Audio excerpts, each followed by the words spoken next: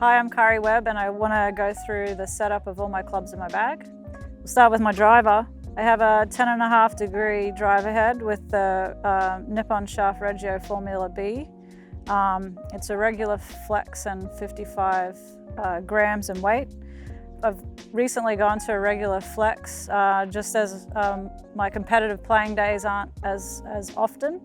It just helps me maintain the same club head speed that I had when I was playing tournament golf and still launch the ball at the optimal height.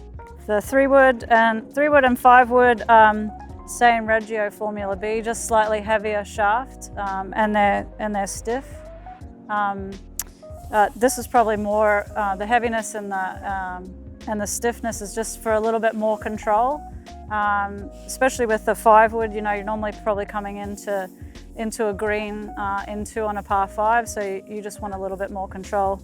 I have a 15 degree 3-wood head and a 18 degree 5-wood. So yeah, they're about 65 grams and stiff Regio Formula B. And then onto my hybrid. Again, Regio Formula B and same shaft as in the fairway woods as well. It is a stiff shaft, about 65 grams. It's a 22 degree head. It's a really old head, probably time to think about getting a new one.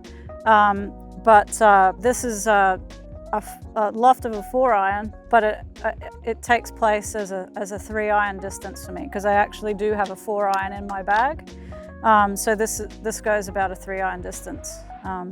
Just with a little bit extra length, I tend to hit this, you know, that little bit further than my 4-iron. And then through the irons, I have 4-iron through to pitching wedge with the N.S.PRO Modus shaft. I have a prototype Modus shaft in here. I call it the Karie Webb Special. Just a little bit lighter than the 105, but the same profile. So just again, as I was winding down my playing career and not playing as much, I just needed something just a little bit lighter, but I love the profile of the Modus 105, so it just matches up with that.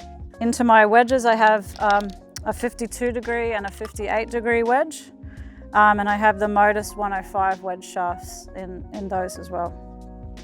And that's what's in my bag.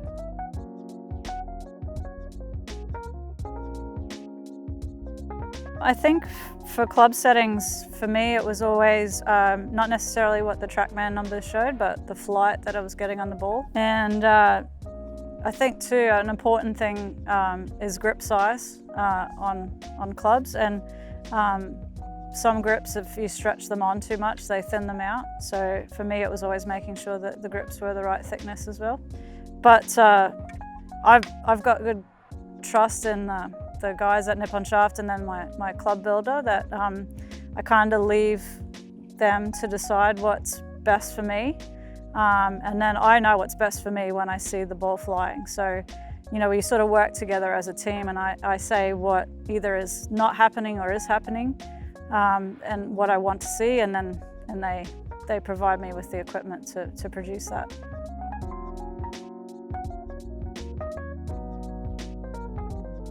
I think to set up clubs to suit you, I think it is important to get fitted by someone that really understands the technology and how to help you. You know, we're very lucky with technology in golf now that clubs can be built to suit your swing and your swing speed. And you should take advantage of that. You shouldn't use clubs that you're working really hard to get the ball in the air.